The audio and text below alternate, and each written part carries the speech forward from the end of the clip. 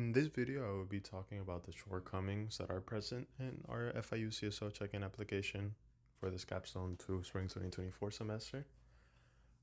As I mentioned in another video going over the main functionality of the application, if you were to go to the FIU one-card scanning feature, ideally this shouldn't allow you to input the information yourself. Right now, the application actually allows you to type whatever you want for the Panther ID and the name, but this is simply, to make it easier for us for debugging and also, to more accurately test the ID scanning.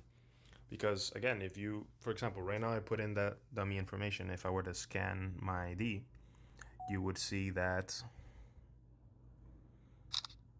the accurate information is going to replace the incorrect one, right? But then let's say that once I scan this, I just delete some numbers of my Panther ID.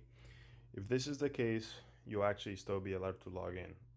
And the main issue with this actually is that the database will also create another user, right? Another Panther ID user for that new quote unquote user that was just signed in. All right, so now we are in Back4 app, and I will be going over the shortcoming that I introduced in the screen recording of the application earlier, where I essentially created another Panther ID user. Because as you can see, there are regular users of the application and Panther ID users. Regular users are those that actually sign up doing the conventional sign up process, creating the account with their email. Here you will see the John Doe account that I created in the demonstration of the application's functionality. But if you go to Panther ID user here, you will see this dummy Panther ID that was incorrectly created because of that issue that is present in the application.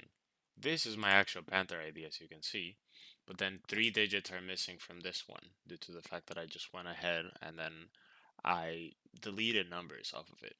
Not only does this make it so it is impossible to figure out who is renting what, but then if this person were to rent something, we wouldn't be able to properly see what they're renting, right? Because here, for example, you see how in my actual Panther ID user, you'll have this object ID, the one that starts with CJX.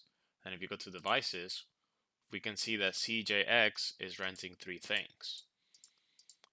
In other words, anybody that is a PID user can rent anything they want. Therefore, this person that doesn't actually exist would also be able to rent stuff. So people would be able to get away with renting things like that. So yeah, that's essentially the other, the second half of the shortcoming that I wanted to go over.